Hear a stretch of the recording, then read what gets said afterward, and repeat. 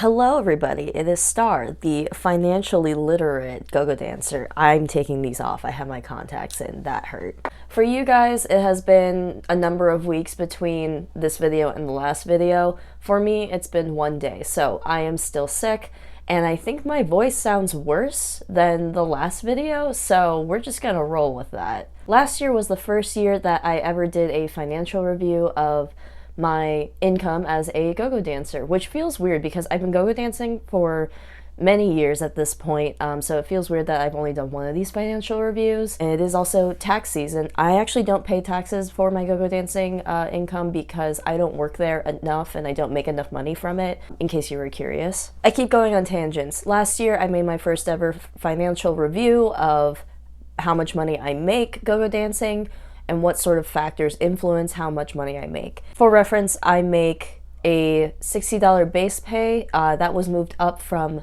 previous years, and it was typically $50, so it is now $60 of a base pay, and I keep all of the tips that I make. Because the base pay is a just consistent amount, all of my data is only keeping track of tips. If it wasn't already clear, I am a big data science nerd. I like looking at numbers, I like math. On top of that, I also think it's important to educate people on realistically how much money do people in adult work make. Obviously, there are exceptions to the rule, like people who go viral on TikTok and Instagram and end up making millions on OnlyFans. But I'm kind of a nobody. I'm a very small YouTuber. I live in the Midwest. I would consider myself closer to the average adult work employee. I do this as a side gig. I only am ever doing this on either a Friday or Saturday. I work a day job Monday through Friday, and that day job usually slows down during the winter, which means only in the winter do I actually have time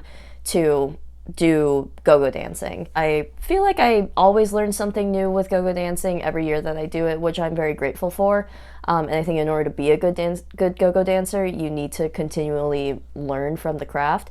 But one thing that I learned is that go-go dancing and strippers, they tend to make more money in the summer. Especially here where the weather in the winters is really extreme and nobody really wants to be here during the winter. I exclusively work in the winter, so my averages tend to be lower. Along with that, my averages tend to be lower because I'm only working for a short period in the year, so I can't get regulars. I was able to get a couple of regulars this year, but I doubt that I will still have them next year just because of how infrequently I work. I think that's all I want to say before actually looking at the chart, so let's actually look at some numbers here. Here is all of my data. If you notice, I added a couple of new categories and took away some as well. The things that I took away were whether or not I'm wearing heels. I am now consistently wearing, at the very least, like a little wedge heel, maybe like 2-3 inches high. I also took away the category of whether or not I'm wearing a mask. We are pretty well past pandemic standards at this point. People are not wearing masks as frequently. It's pretty normal to go to clubs on weekends now or to go to events with a lot of people on weekends nowadays. And it's pretty normal to not wear a mask during those events. And it's pretty uncommon to wear a mask as a dancer just because of how physically active you are, and wearing a mask just makes things like actually very hard to do your job. I didn't wear a mask at all this year while go-go dancing, so that data is also negligible, and I will assume in the future will continue to be negligible. The two categories that I added were what outfit I'm wearing. I also added a hair category. I tend to change my hair pretty regularly, but it's definitely less regular. In the past couple of years, I've kind of found this style that I really like, and I just kind of want to keep it like this. But who knows, maybe I'll change my hair in the future.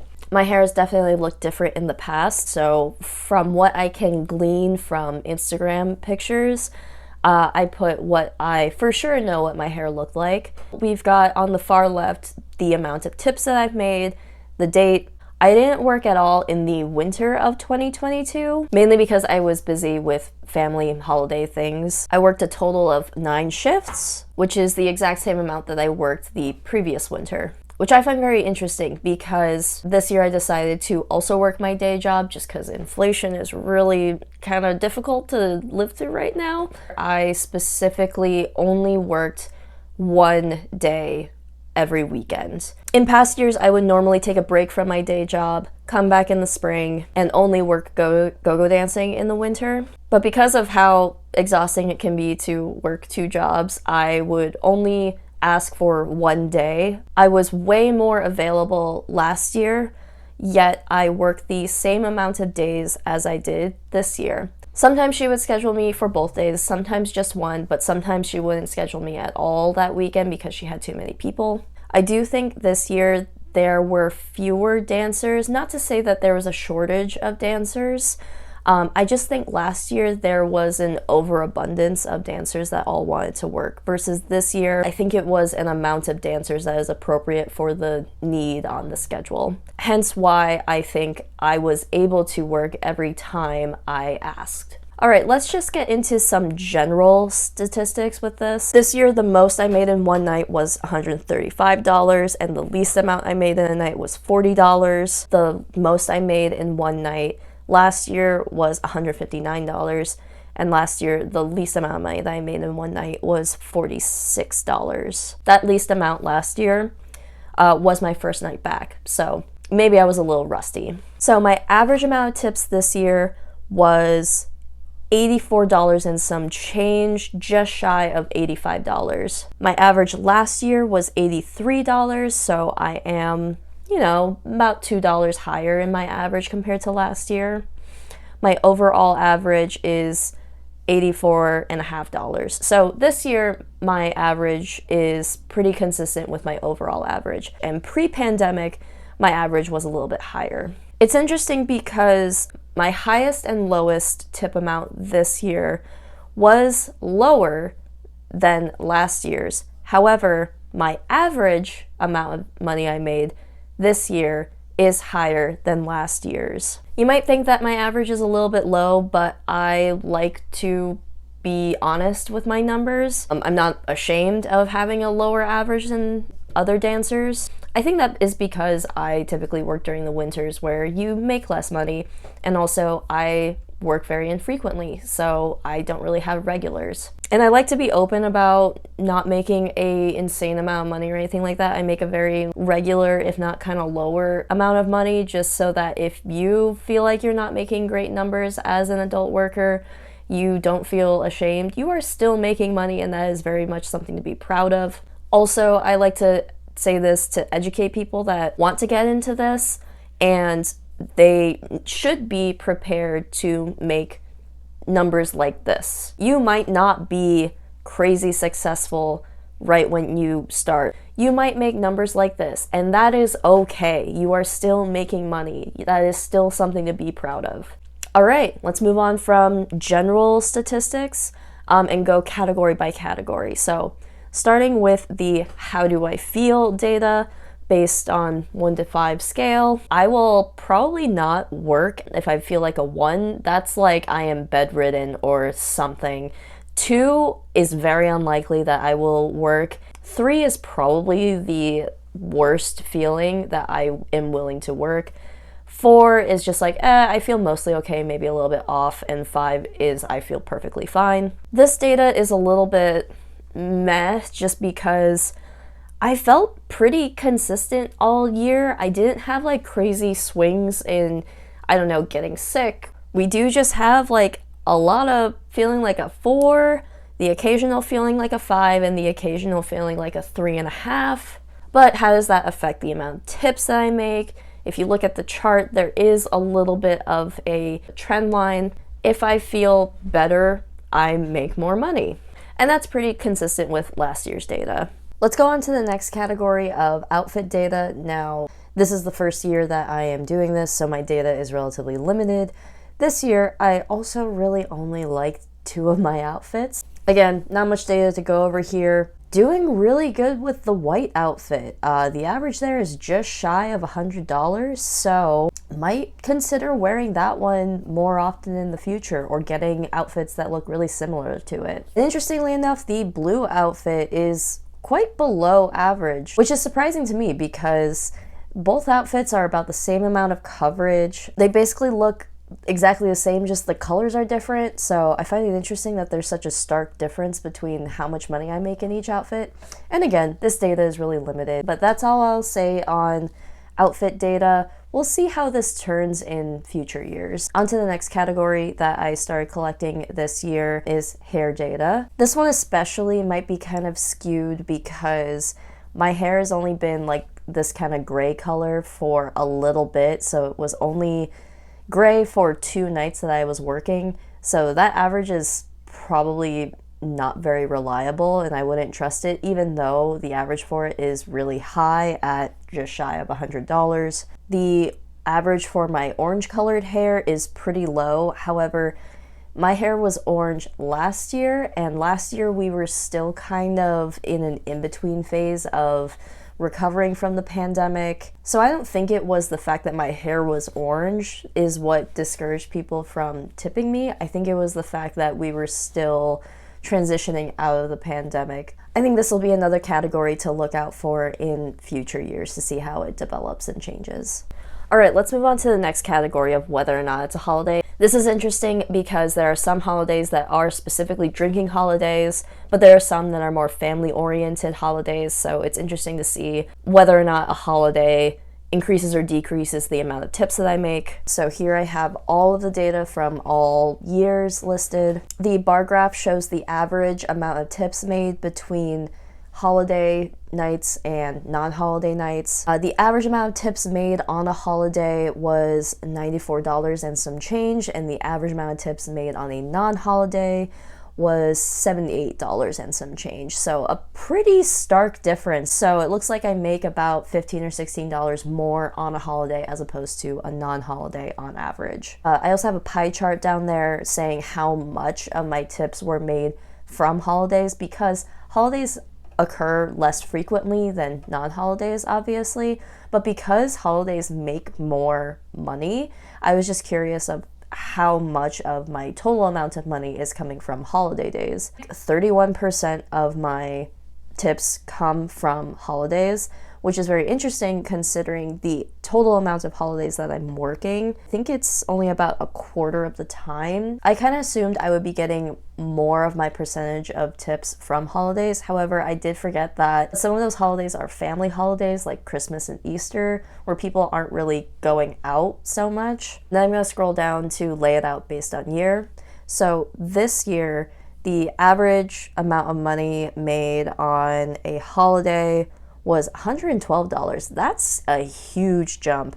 And then the average amount of tips made on a regular non-holiday was $78. I think this year might have a huge difference because I didn't work Christmas or New Year's as far as holidays goes. But I did work St. Patrick's Day and Easter. I didn't actually work Valentine's Day. Valentine's Day fell on like a middle of the week type of day, so I ultimately didn't count it in my data as like working that as a holiday. Definitely St. Patrick's Day is a huge drinking holiday, so people are going to be going out to clubs. Easter was a little bit surprising. Easter also tends to fall around spring break, and that might contribute to people going out to the club. A fifth of my days were holidays, but a quarter of my money was made from holidays. So like a little bit of a bump, but not much.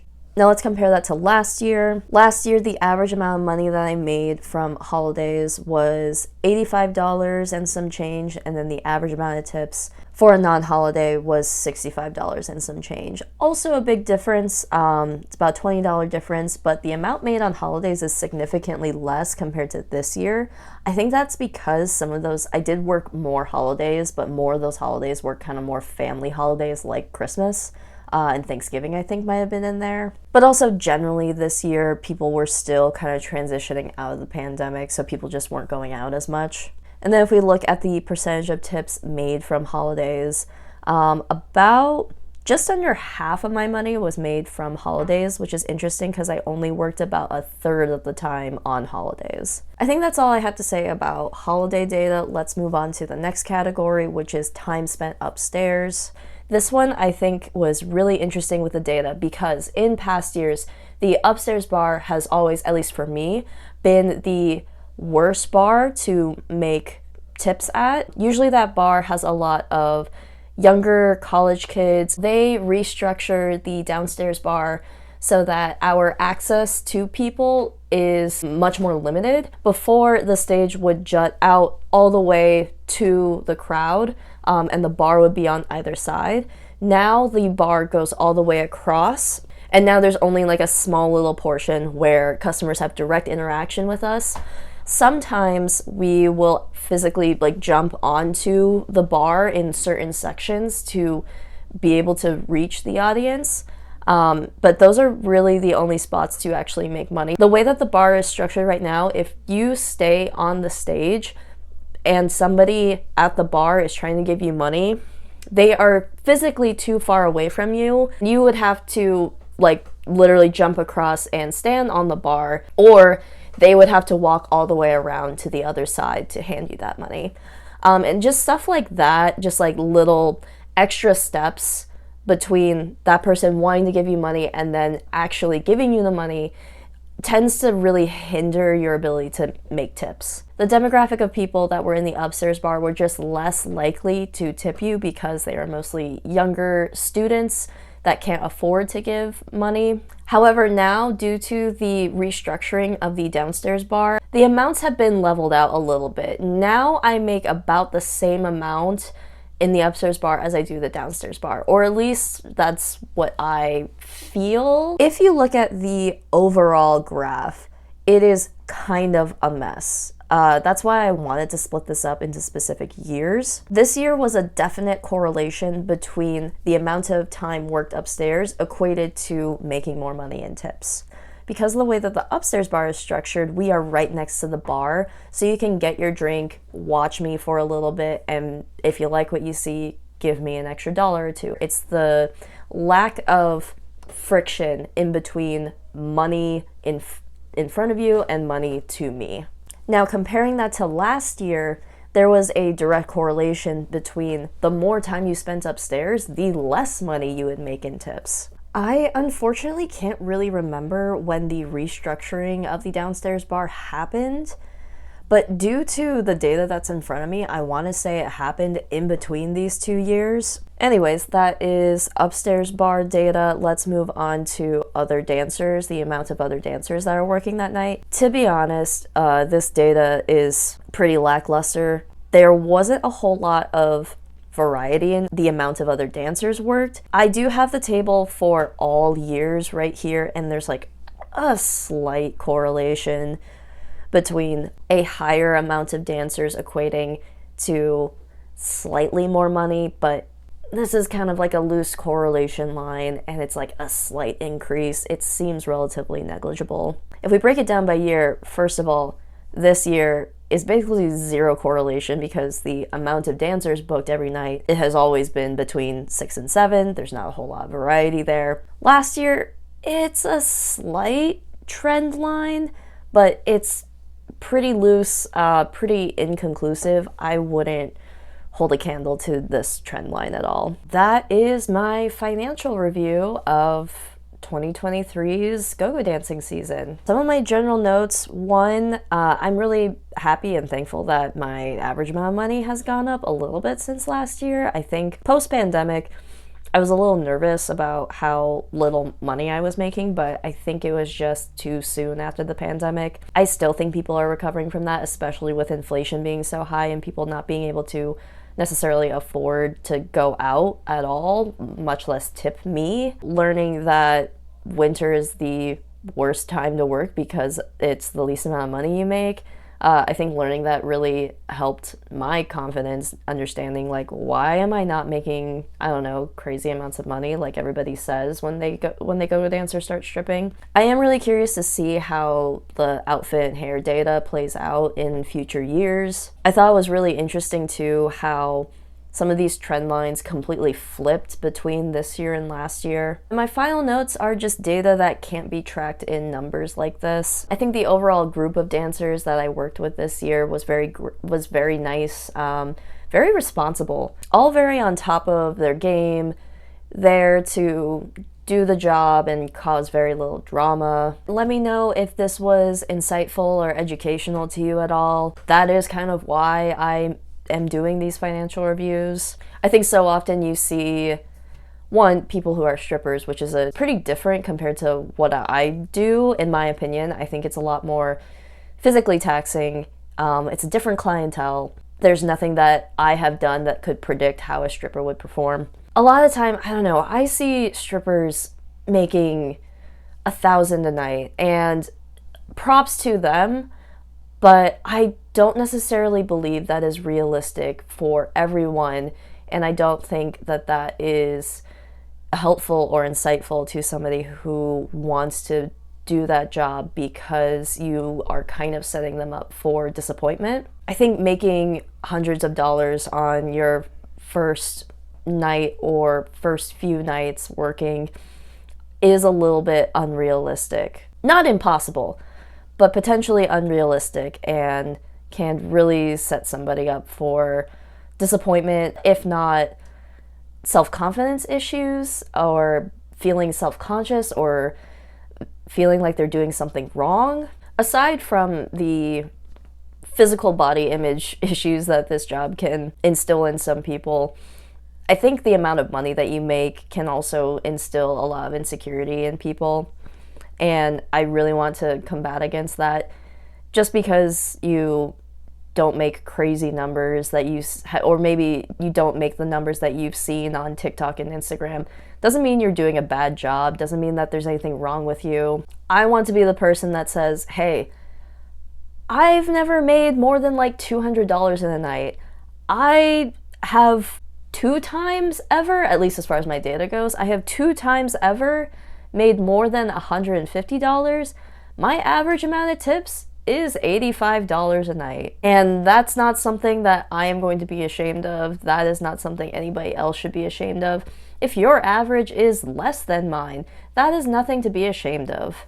I think it is so easy for people to equate the amount of money that they make stripping or go-go dancing with how much they themselves are worth. And it takes a lot of regular mental work to fight against that correlation. And I really hope, if you take away anything from this video, it is that right there. But yeah, I think that's all I want to say. Sorry to end it on kind of a heavy note. Hopefully it helps somebody out there. Like this video if you like it.